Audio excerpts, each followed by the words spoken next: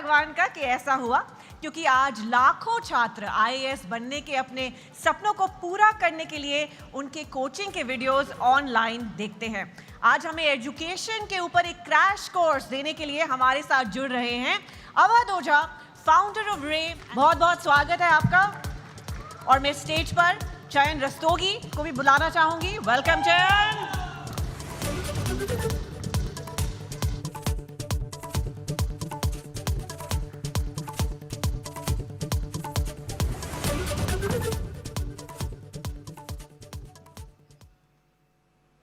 तो भाई अपने टीचिंग स्टाइल से स्टूडेंट्स की करते हैं मौजा ही मौजा।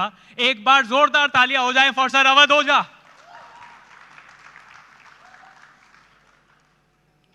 अवध सर आप आईएएस की कोचिंग देते हैं, आप मोटिवेशनल स्पीकर भी हैं।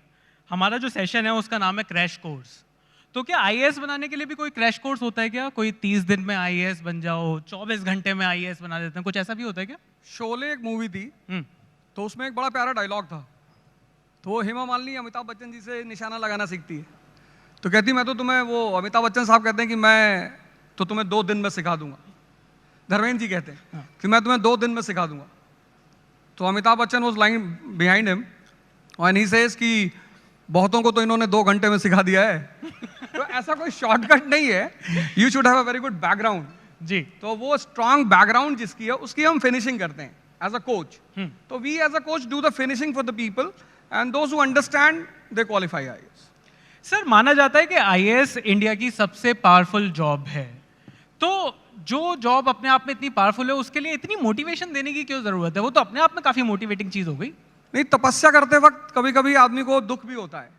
जैसे हमारी एक स्टूडेंट है टीना दावी, राजस्थान कैडर की जी। तो उन्होंने अपने एक इंटरव्यू में कहा कि हर दिन लगता था कि नहीं होगा, इट्स अ टफ टास्क।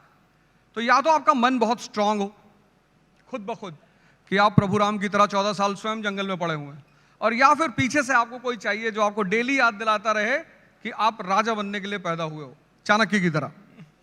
बिल्कुल सर। सर एक डिबेट भी है, अब एक डिबेट के ऊपर मेरे को आपसे पूछना है, वो है English versus Hindi debate. English आना कितना जरूरी है? आईएएस के हिसाब से भी मैं पूछना चाहता हूं कि जो आईएएस की जो अटेम्प्ट जो हैं, जो इंग्लिश लैंग्वेज में देते हैं, क्या उनके लिए इजी हो जाता है? और लाइफ में भी क्या इंग्लिश जिसको आती है उसको मतलब समझ में नहीं आता? कई बार समाज जो है वो थोड़ा सा क्लासी समझता है। हिंदी मीडियम होता तो वो जुझारू हो जाता, लड़का क्लासी नहीं रहता। तो क्या आपको लगता है कि एक बायस है? बायस नहीं है। अभी हमारे यूनियन मिनिस्टर साहब थे तो पूरा प्रेजेंटेशन उन्होंने हिंदी में दिया जी। कितनी बड़ी बात है कि all the top brass people are sitting here, और उन्होंने पूरा प्रेजेंटेशन हिंदी में दिया। तो लैंग्वेज के साथ कोई बायसनेस नहीं है, पर एजुकेशनल पैटर्न ऐसा रहा। मतलब मैंने बहुत सारे हिंदी मीडियम स्टूडेंट्स को देखा कि उन्हें पता ही नहीं था कि पढ़ना क्यों है जी। For them E is equal to E. Education is for employment, education is not for employment. अब एक छोटा सा एग्जांपल देता हूं। आप एक कंट्री में आते हो, वहां की 90% पीपल इलिटरेट है जी। 90% पीपल पॉवर्टी से सफर कर रही है। वो कंट्री नेशन है ही नहीं, देयर इज नो नेशन, कोई नेशन का कॉन्सेप्ट नहीं है। और उस कंट्री के लोग इकोनॉमिक क्राइसिस से लड़ रहे हैं, खाने को नहीं है। बिल्कुल। उस कंट्री में आपको लोगों को सड़क पे लाना है मास मूवमेंट के लिए, क्या करोगे आप? ये मेरा सवाल है आपसे। सर मतलब उनको मतलब कंट्री के 90% लोग इलिटरेट है जी, 90% पॉवर्टी से सफर कर रहे हैं, नेशन है ही नहीं, लोगों के पास खाने को नहीं है। उस कंट्री में आप लोगों को सड़क पे ला रहे हो मास मूवमेंट करने के लिए, कैसे करोगे? इंपॉर्टेंट तो सर एजुकेशन, मतलब उनको किसी तरीके से तो चैनलाइज करना ही पड़ेगा। कैसे करोगे आप बताओ, कैसे आप चैनलाइज करो, कैसे करोगे? इंस्टाग्राम। तो उस 1920 के दौर में Gandhi ji comes to India जी। He comes to India and he understands certain formulas. जैसे जिंदगी में अगर किसी को करीब लाना है तो डीओ लगाने की जरूरत नहीं। जैसे टीवी में ऐड आते हैं, एक लड़का कॉलेज जा रहा है, लड़कियां उससे बात नहीं कर रही, नेक्स्ट डे वो डीओ लगा के जा रहा है, परिया गिर रही है उसके ऊपर। तो मैं उस आदमी का इंटरेस्ट फाइंड आउट करना है, इसको चाहिए क्या। the most keyword in the life of every human being is interest. Ji And Gandhi ji understood it. तो उन्होंने जो नॉन कोऑपरेशन मूवमेंट चलाया, तो उन्होंने हर रीजन, जैसे पंजाब का आदमी है तो वहां एक मुद्दा था अकाली मूवमेंट, बोले you will fight on that issue. Local issues, national platform. This is what we learn while studying. This is called as learning. अगर एजुकेशन में दो चीज नहीं है, क्यूरियोसिटी और लर्निंग, तो इट इज अ वेस्ट. तो मेरा मानना यह है कि बायसनेस नहीं है, एजुकेशनल पैटर्न, मतलब हमारा जो पढ़ाने का तरीका है, हम लोगों को रटा रहे हैं. अब तोते को आप कितनी बार भी राम कहला लो, वो बुद्ध तो नहीं हो पाएगा ना. This is the difference. बिल्कुल. सर आपने लर्निंग की बात करी और आपका जो शिक्षा देने का जो स्टाइल है वो बड़ा अच्छा है और आप बड़ा यूथ से बड़ा अच्छा कनेक्ट करते हो. पर युवाओं की एक शिकायत है कि जो समय पढ़ाई का है वही समय प्यार करने का भी है. तो ये जो बैलेंस है ये कैसे बनाना है? मतलब वर्क लाइफ बैलेंस तो बन नहीं रहा है, वर्क लव लाइफ बैलेंस कैसे बनाएंगे बच्चे? जिसका भी मन उसके कब्जे में है. जैसे मैं अपने स्टूडेंट से बोलता हूं, कई बार लोग क्लास में पूछते हैं सर अफेयर करना चाहिए?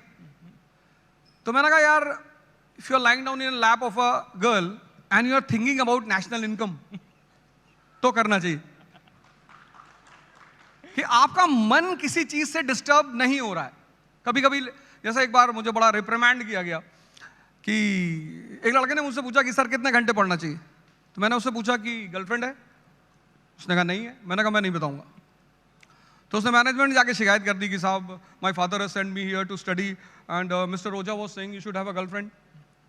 तो मैनेजमेंट ने मुझे बुलाया, उसने लिख कर दिया अर्जेंट. मैं समझ गया कोई कांड हुआ है.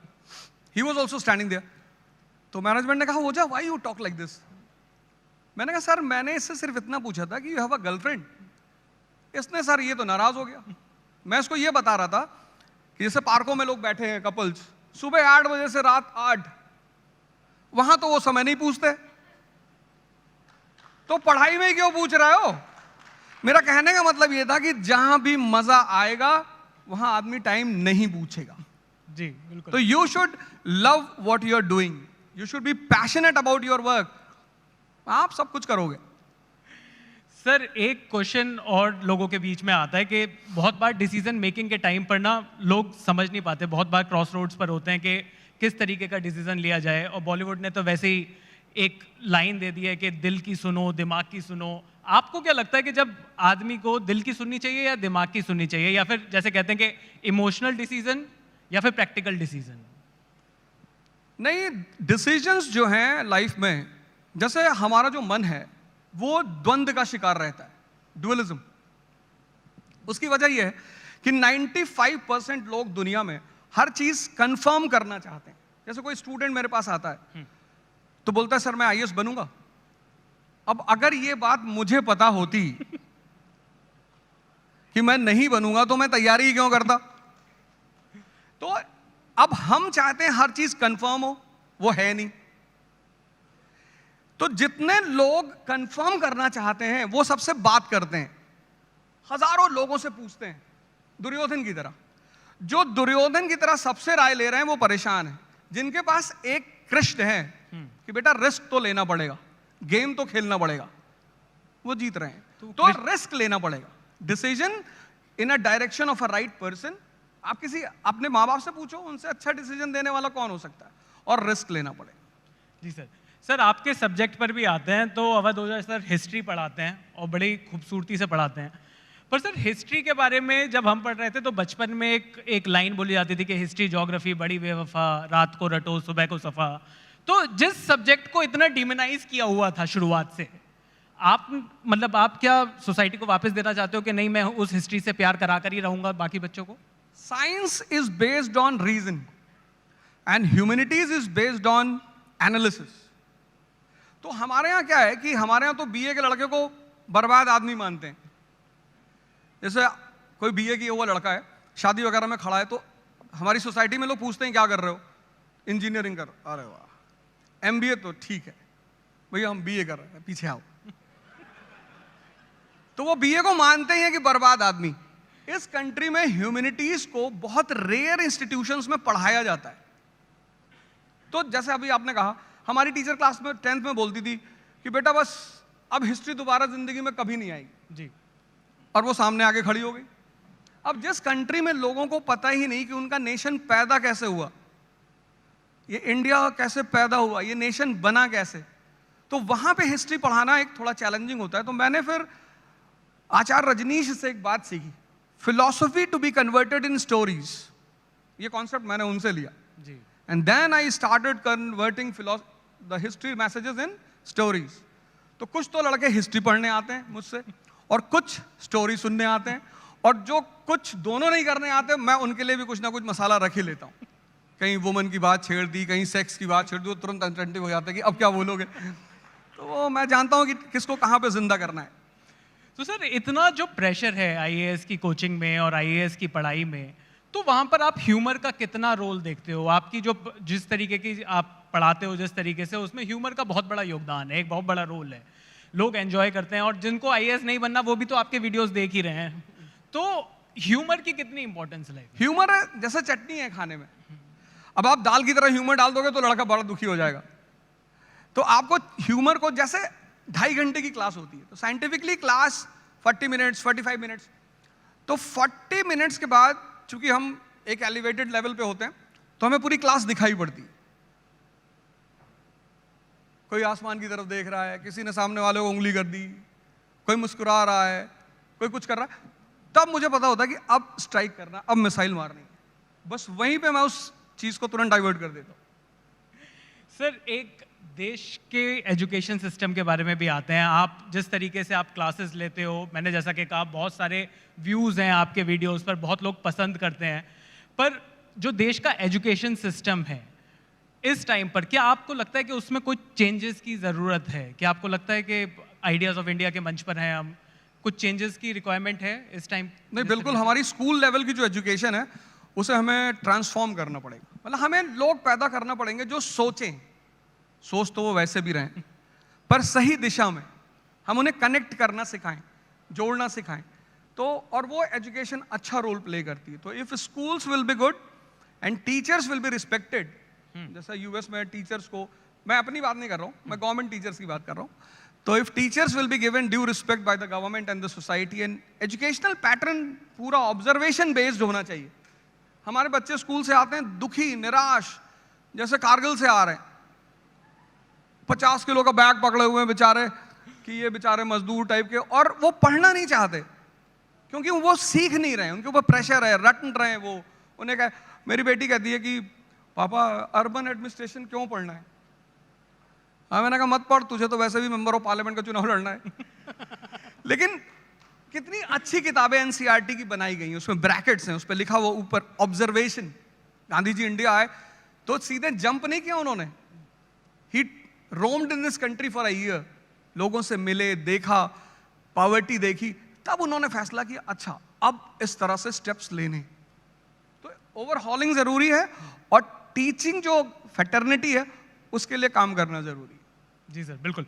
सर कई लोगों से मैंने पूछा, इस इंटरव्यू से पहले मैंने अपने इंस्टाग्राम पे एक स्टोरी भी डाली, मैंने पूछा कि आपके साथ बैठ रहा हूँ, कुछ सवाल करूँगा, तो एक सवाल ये भी आया है कि अपना दिमाग तेज कैसे करें? पेरेंट्स कहते हैं कि बादाम खाइए, और मैं बादाम भिगोना ही भूल जाता हूँ। नहीं, आप धोखा खाइए, आपका दिमाग अपने आप तेज हो जाएगा। उससे अच्छा बादाम से ज्यादा काम करता है वो। इसीलिए बहुत सारे पेरेंट्स हैं जो अपने बच्चों को बड़ा प्रोटेक्ट करते हैं। ओ बेटा, वो क्या बोलते हैं आजकल, एक पर्टिकुलर वर्ड है सोसाइटीज में, बच्चों को बोलते हैं वो, कुछ है टिपिकल सा वर्ड है, बाबू बाबू करके कुछ बुलाते हैं। अच्छा, बाबू तो सर अब यूनिवर्सल लैंग्वेज है। अब हमारे प्रधानमंत्री जी हैं, स्ट्रगल किया, कितना पावरफुल माइंड है इनसाइड से, कितना स्ट्रांग माइंड है। मतलब जहां से वो आते हैं, अभी हमारे मंत्री जी बता रहे थे कि रेलवे से उनका पर्टिकुलर कनेक्शन है। आज उनकी जो सबसे बड़ी ताकत, जिस पे मैं उन्हें एडमायर करता हूं, he is mentally so strong. आप कुछ भी बोलो, और जो इस तरह का आदमी होगा उसे आप, तो मन को स्ट्रांग करने का सबसे बढ़िया तरीका, आप एक्सपोज रहो, सोसाइटी में रहो, लोगों से मिलो, उनके साथ उठो बैठो। आप धोखा खाओगे, आप इतने मैच्योर होते चले आओगे कि आपको किसी बादाम की जरूरत नहीं पड़ेगी। मोदी जी के पास तो बचपन में शायद पैसा भी नहीं रहा होगा बादाम खरीदने का। बिल्कुल। सर एक सवाल और लोगों ने पूछा है कि फियर ऑफ फेलियर के बारे में कई लोग बात करते हैं। ये फियर ऑफ फेलियर का जो प्रेशर है, ये गुड प्रेशर है या बैड प्रेशर है? नहीं, प्रेशर अच्छा होता है। दो चीजें होती हैं, एक होता है प्रेशर, एक होता है स्ट्रेस। तो प्रेशर इज वेरी गुड। जैसे फियर बड़ी प्यारी चीज है। बच्चा है छोटा सा 6 महीने का, उसको उसके सामने सांप आ गया, अब उसे पता ही नहीं है सांप है, वो तो जाके पकड़ लेगा। लेकिन हम आप तो भागेंगे ना। तो fear is a preventive mechanism in a body. अच्छी चीज है, वो आपको एक्टिवेट रखेगा। पर जब आप स्ट्रेस में आ जाओगे देन यू विल सफर। तो people lose because of stress, not because of fear. बहुत बड़ी बात सर। सर, क्या लाइफ में प्लान बी भी होना चाहिए? क्या प्लान बी होना कमजोरी की निशानी तो नहीं है? मोदी जी ने एमबीए किया ही नहीं, कहाँ है उनके पास प्लान बी? जिनके पास सपने होते हैं उनके पास प्लान बी होता ही नहीं। कटोरा होता है, उसको वो घर में रखते हैं और उस कटोरे पे लिखते हैं कि ये मेरा फ्यूचर है अगर मैं हारा। मेरे पास है बड़ा सा। क्या वर्कaholic होना ठीक है? वर्कaholic नहीं, ड्रीम अल्कोहलिक होना चाहिए। आपका सपना आपका नशा होना चाहिए। इतना काम क्यों करना? इतने सारे लोग हैं दुनिया में काम करने के लिए, वो करेंगे। लेकिन आपका सपना अगर आपका नशा नहीं है तो फिर वर्कaholic होंगे तो आप मजदूर होकर रह जाएंगे। कोई और आपके पैसे पे मर्सिडीज लेके चलेगा। आप तो सिर्फ दिमाग को जिंदा करो, बाकी कुछ करने की जरूरत ही नहीं। सर, एजुकेशन ओवरहॉल की आपने बात करी, ये मेरा फेवरेट टॉपिक है कि सेक्स एजुकेशन को नॉर्मलाइज कैसे करना है। मतलब मैं अपने टाइम की बात करूं तो 20 साल पहले भी जब ये टॉपिक आता था तो टीचर भी थोड़ा सा घबराता था, बच्चे हंस रहे होते थे, तो इस पर असहज थे लोग। आज भी असहज दिखाई देते हैं। सेक्स एजुकेशन कितना इंपॉर्टेंट है और सेक्स एजुकेशन को इम्प्लीमेंट करने का आपके पास कुछ कोई तरीका है, कुछ आपका सोच है इस चीज़ के ऊपर? आप कभी इलाहाबाद गए हैं? इलाहाबाद? नहीं सर। इलाहाबाद एजुकेशनल हब रहा किसी जमाने में। उसको ऑक्सफोर्ड का, ईस्ट को ऑक्सफोर्ड भी कहते हैं। वहां का जो सबसे फेमस चौराहा है सिविल लाइंस जी, और जॉर्ज टाउन, उन चौराहों के ऊपर एडवर्टाइजमेंट लिखा है, निराश पुरुष मिले। ऐसा पूरे इंडिया में इतनी निराशा इस देश में युवाओं को है, वो लिखते हैं बचपन की गलतियों के शिकार। बचपन में कौन गलती करता है? बचपन है तो हो ही रहा है, उसमें गलती की क्या बात है? और फिर अभी वो जो सीरीज आई थी मिर्जापुर जी, क्या प्रेजेंटेशन दिया उन्होंने इस क्वेश्चन का। आंगडन गोज टू द डॉक्टर। बिल्कुल। वो जो सेक्सोलॉजिस्ट है उसका नाम भी बड़ा प्यारा है, वो कहता है शर्मा से क्या शर्माना। He goes to the doctor, he is suffering, he asks Maqbool to sit. Maqbool को बोलता है बैठो। फिर वो कहता है कि आजकल बहुत सारे पतन हो रहे हैं, राजनीतिक पतन हो रहा है, नैतिक पतन हो रहा है, उसमें से एक शीघ्र पतन भी है। And then he points to Maqbool कि ये उससे परेशान। Maqbool turns towards him. This is the condition of people in this country. अपनी बात को डॉक्टर से कह नहीं पा रहे। तो जिस देश में इतना बड़ा बाहुबली बचपन की गलतियों का शिकार है, वहां सेक्स एजुकेशन होना ही चाहिए। नहीं तो आप ये रेप, ये मोलेस्टेशन ये कभी नहीं रोक पाओगे। और वेस्टर्न वर्ल्ड अपनी पोर्नोग्राफी बेच के पैसा कमाएगा इस देश में। तो करना ही चाहिए और करना ही होगा। सर, एक टॉपिक है online education versus offline education. आप ऑनलाइन इतना दिखाई देते हैं, तो कोविड के बाद एक फोर्स चेंज था ऑनलाइन एजुकेशन पर। क्या आपको लगता है गोइंग फॉरवर्ड, अगले 5 साल की बात करें या 10 साल की बात करें, क्या आपको लगता है ये जो क्लासरूम एजुकेशन है ये रिडंडेंट हो सकती है? ये क्लासरूम एजुकेशन का एक अलग मजा है तो वो कभी रिडंडेंट होगा नहीं? जो ग्राफ्टिंग होती है, ग्राफ्टिंग वो जिंदा प्लांट से होती है, मुर्दे प्लांट से नहीं होती। लेकिन रेलेवेंसी होती है, चेंज होता है, टाइम होता है। अभी हमारे बच्चे हैं, ये तो उठना ही नहीं चाहते सुबह। हमें तो हमारी माता जी कम से कम 10-15 डंडा मारती थी सुबह, हम मार ही नहीं सकते। उनकी माता जी आगे खड़ी होते हैं, बच्चे हैं, हम भी थे। तो आने वाली 10 साल की बाद की जो जनरेशन होगी वो शायद इसको पूरी तरह अडॉप्ट कर ले, because change is a law of nature. But classroom is like a live plant. You see the teacher, you feel the vibration, you enjoy the aura of the class. अब इतने सारे लोग यहाँ बैठे हैं, बड़े बड़े लोग, इनका ऑरा है। If this would have been on online, you would have never enjoyed the aura of these people. So you enjoy the aura, you enjoy the place, you enjoy the gravity. And then when you see all these things, the teacher also gets momentum. कि boss अब आगे बढ़ के ही मारना है। तो teacher भी कभी कभी बहुत उदास हो जाता है कैमरे पे कि अरे भैया ये देखो न्यूटन ने भैया ऐसा कहा था, अब बाकी हमें पता नहीं कहा था कि नहीं। तो Offline is best, but online can be used in the special circumstances. Sir मज़ा तो बहुत आ रहा है आपसे बात करके, पर समय की थोड़ी सी कमी है। एक आखिरी सवाल लेना चाहूँगा आपसे कि 3 गलतियाँ जो स्टूडेंट्स लाइफ में नहीं करनी चाहिए, जो स्टूडेंट्स देख रहे हैं हमें, उनके लिए अगर मैं पूछ सकूँ कि आपके हिसाब से ऐसी वो कौन सी 3 गलतियाँ हैं जो स्टूडेंट को करने से बचना चाहिए अपनी लाइफ में? अपना टाइम किसी को नहीं देना चाहिए। गर्लफ्रेंड को टाइम इज, गर्लफ्रेंड आपकी है तो वो आपको करंट अफेयर्स पढ़ा सकती है शाम को। आप डिसाइड करेंगे ना आपकी गर्लफ्रेंड कैसी होगी। आपकी गर्लफ्रेंड से आप शाम को बैठ के बात कर रहे हैं कि तुम्हारी बुआ जी तुम्हारे पापा से लड़ रही, तो आप तो वैसे ही खत्म है। ambitious person is always surrounded by like-minded people. तो आपको टाइम अपना किसी को नहीं देना चाहिए, देना ही नहीं चाहिए। आपको हमेशा उस कंपनी में रहना चाहिए जिनका टेम्परेचर हाई रहता है। जैसे आप, टेम्परेचर का एक लॉ है ना, temperature moves from high to low. अब आप आईएएस बनना चाहते हो, आपका दोस्त कह रहा साहब भगवान हमको चपरासी बना दे तो हम बन जाएं, ऐसे आदमी को मार के भगा दो आप, वो आपको किसी काम का नहीं। उसका 10 डिग्री का टेम्परेचर है, 90 आपका खींच लेगा, आप जिंदगी भर ऐसे तड़पते रहोगे। और उस आदमी को अपने माँ बाप की बात जरूर मानना चाहिए। ये 3 काम हर स्टूडेंट को करना चाहिए। वो जहां भी फंसे उसको अपने पेरेंट्स से पूछना चाहिए, वो कोई भी बात हो। मारेंगे तो, जैसे लड़के बाहर कहते हैं सिगरेट पीने से कंसंट्रेशन बढ़ता है, तो रिक्शे वालों का क्यों नहीं बढ़ता? उनका भी तो बढ़ना चाहिए। तो हर स्टूडेंट को अपनी माँ बाप से राय लेनी चाहिए, अपना समय किसी को नहीं देना चाहिए और हाई टेम्परेचर के लोगों के साथ रहना चाहिए। Thank you so much sir, मजा आ गया आपसे बात करके। Thank you so much sir. एक बार जोरदार तालियां हो जाए हमें जोजा सर के लिए।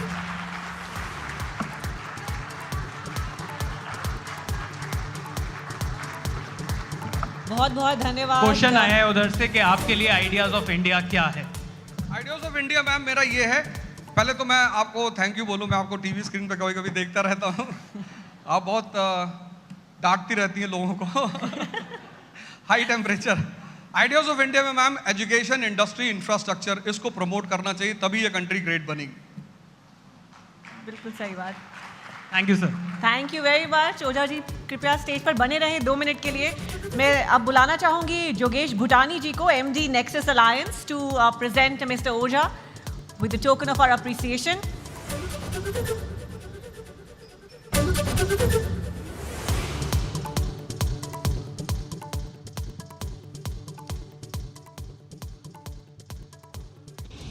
Where the software engineer meets the smart market analyst, meets the gifted content writer. To create the big dream, the world comes together at Sharda University. So where are you? Ideas of India co-presented by Dabur Vedic Tea, चाय का वही लाजवाब स्वाद अब सेहत के साथ। Co-powered by Dr. Ortho, अब दर्द भी घुटने टेकेगा। Gallant Advanced TMT सरिया निर्माण का रियल हीरो। अब आएगा खाने में असली स्वाद राजेश मसाले के साथ। Driven by Maruti Suzuki. Technology partner, create today, enrich tomorrow, Panasonic. Gold partner, Senco Gold and Diamonds, design of India for you. Partner, Biko Vachdanti, India का गम एक्सपर्ट, मजेदार नहीं असरदार। रमी बोले तो जंगली rummy, India's most trusted rummy site. Get quick loans from Tata Capital. बदलते भारत की नई gas, Go Gas. Clean and dry. Number 1 expert intimate care range. Sidco, we make sittings. MMRDA rebooting Mumbai.